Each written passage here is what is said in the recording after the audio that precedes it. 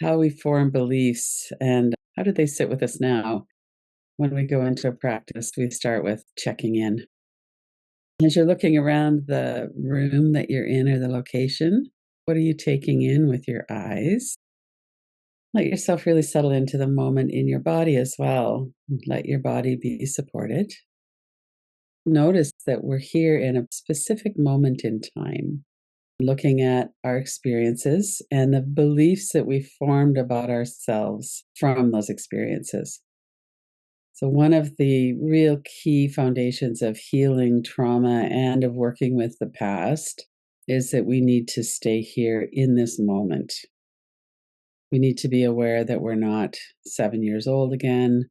We're not in our childhood home. We're not at school with that bully teacher. None of that's happening right now. We're here in this moment. So, one of the ways we do that is we notice our body, our breath. We notice if we're starting to hold the breath. You definitely will notice that some energy or sensations will come up as we're looking at some of these. Remain here in this moment is the key. And then, as we look at that too, as we're looking at some of these beliefs like I'm unlovable or I'm unworthy, we might also notice could we bring some kindness and compassion to ourselves? That was our experience. We felt really alone. We felt judged or shamed. So, with this kind of somatic inquiry, we're always trying to stay in that sweet spot of I'm looking at something from awareness that right now in this moment, I'm safe. My body is safe. I'm not going to say anything that's shaming to you. If something comes up in your mind, an inner critic or a memory, that we're going to work with that and be here in this moment where we have some resources and agency that we didn't when we were younger. The way that beliefs are formed is that we have an experience and then we try to make sense of it. All of us have experienced feeling unloved.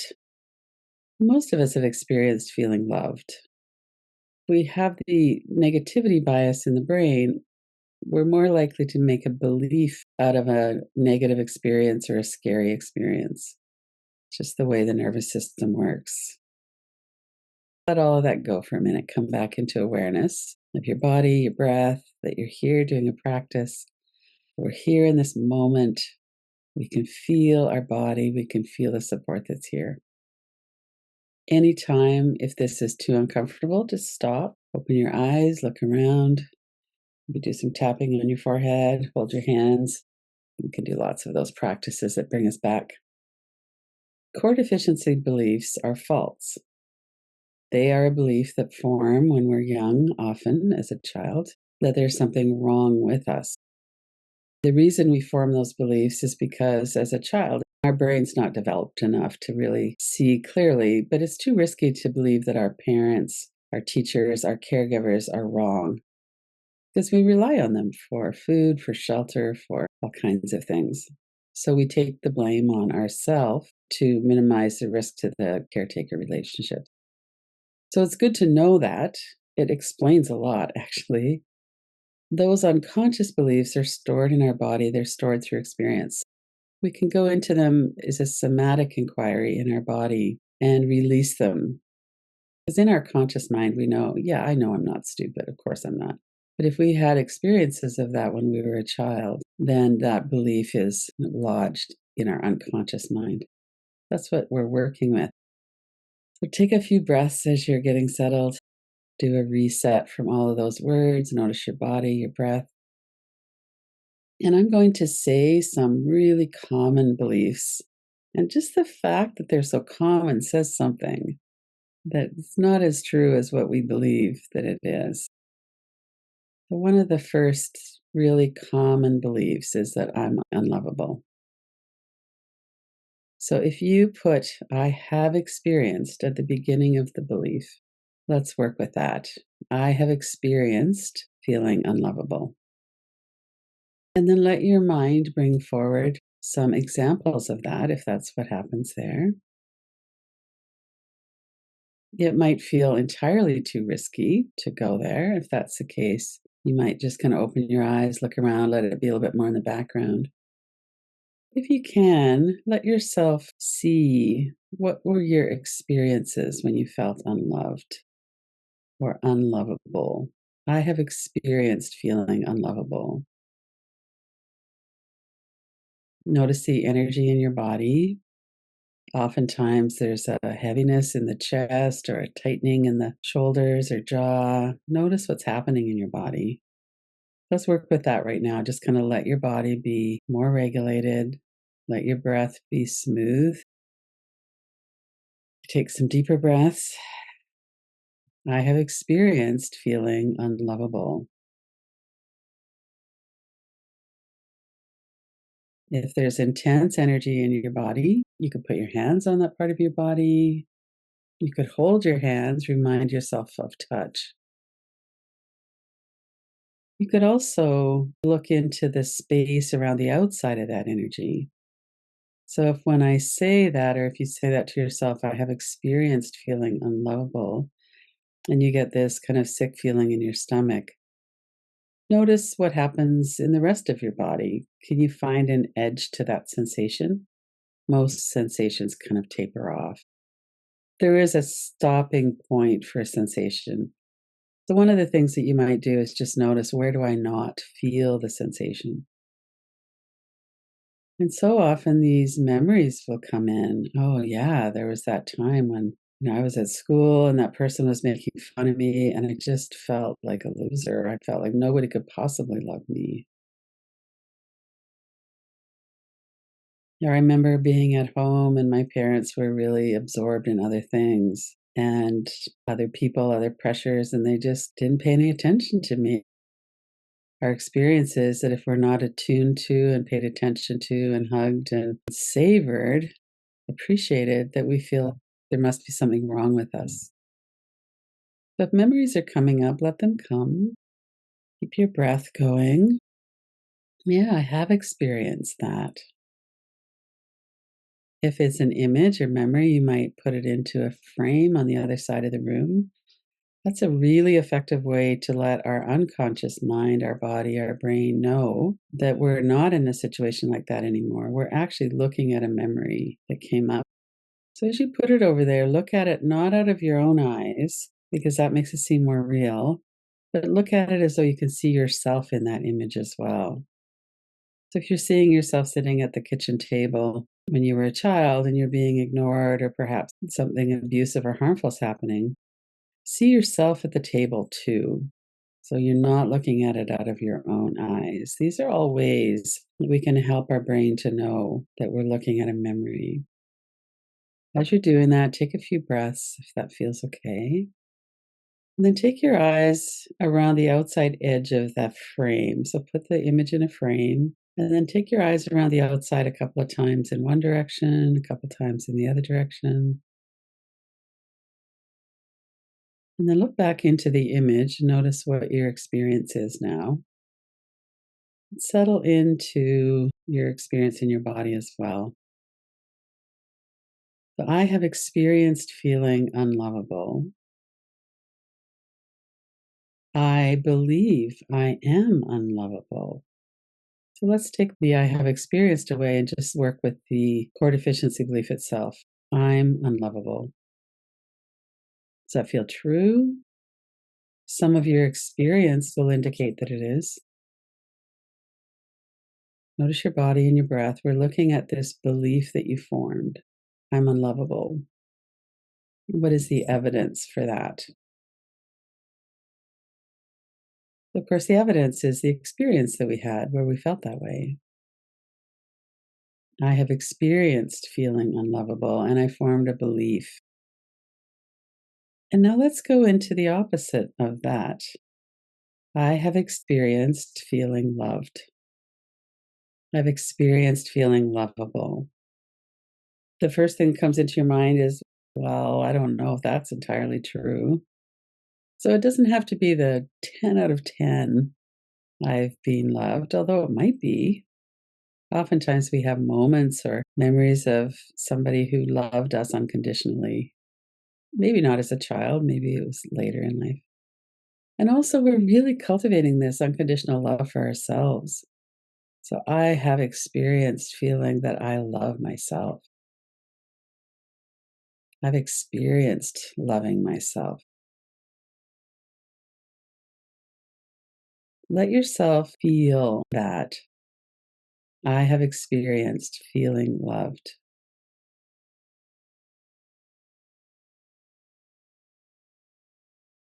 If there's a memory, it might be a person's face, a memory of being held. Just let all of that come.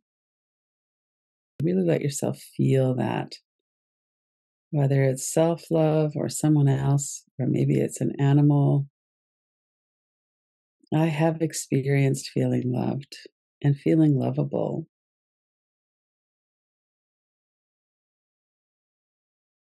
Let yourself feel the energy of that.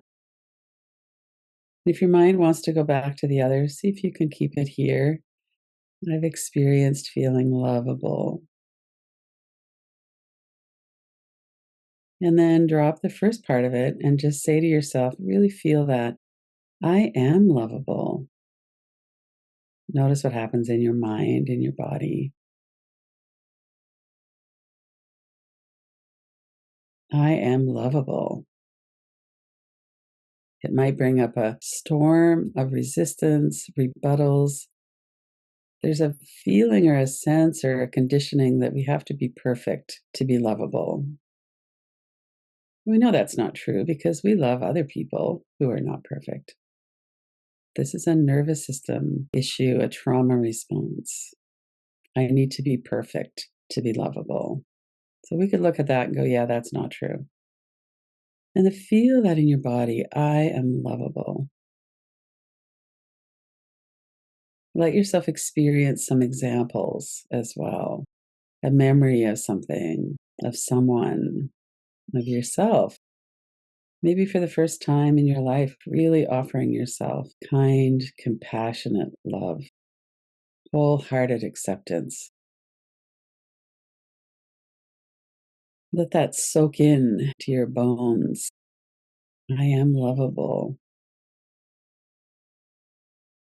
And then let's go with something else, another belief.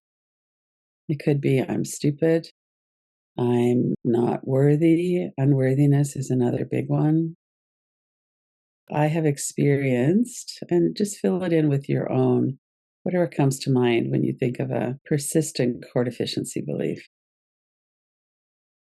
I have experienced feeling unworthy. I've experienced feeling not very smart. Use the same principles. Notice the energy in your body. If you have images, put them up on the wall or do some tapping. Take your attention away from the image. Staying here in this moment, I have experienced.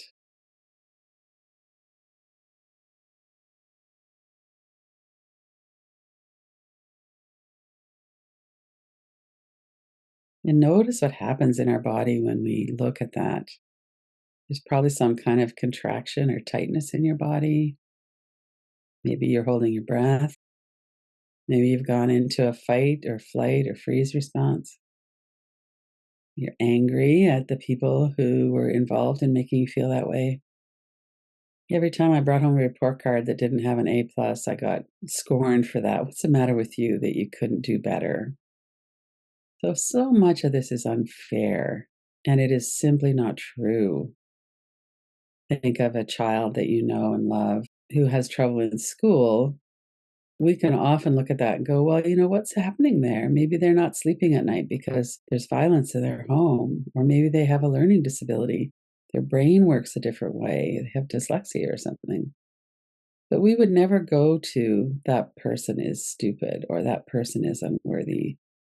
So this conditioning is not true. The beliefs we form from our experience make sense. Okay, I can see how I developed that belief, and it's not true. Let's sit with that for a minute. Whatever deficiency belief you were working with, flip it around to the opposite. Get really specific, like I am worthy of being treated with kindness and respect. Let yourself feel that. We formed a negative belief that isn't true. I'm just looking to see how could I work with this in a different way, a kinder, more truthful way. I don't have to be perfect to be worthy of kindness and respect. Let all of that just kind of sit for a moment. Notice your sensations. Let your breath anchor you into this moment in time.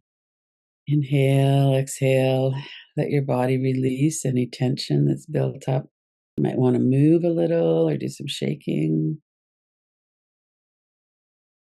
And then as you reflect back on what came up, see if you can bring some compassion in. Maybe put your hand or hands on your heart. As you look around the room now, feel in your body. Sometimes we can feel a lot of emotion around the grief, the loss, the impact of some of those beliefs on our whole life since then. I don't have those core deficiency beliefs anymore. I've done a lot of work with seeing how untrue they are. And yet, until 10, 15 years ago, I think they were really lingering in there. So there's that conditioning is really pervasive. And if there's something really solidly lodged, maybe you knew about it, maybe you didn't. This is the origin of a lot of inner critic attacks. Well, of course, that person is impatient with you. You're stupid.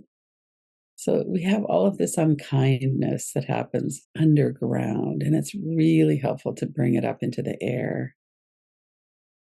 What are my beliefs? Are they true? How did they form? One of the principles of working with healing trauma is to be here in the present moment. And one of the ways that we do that is we're in our body and we get really specific. Okay, I can see why that belief formed. How can I work with myself with more awareness, more kindness?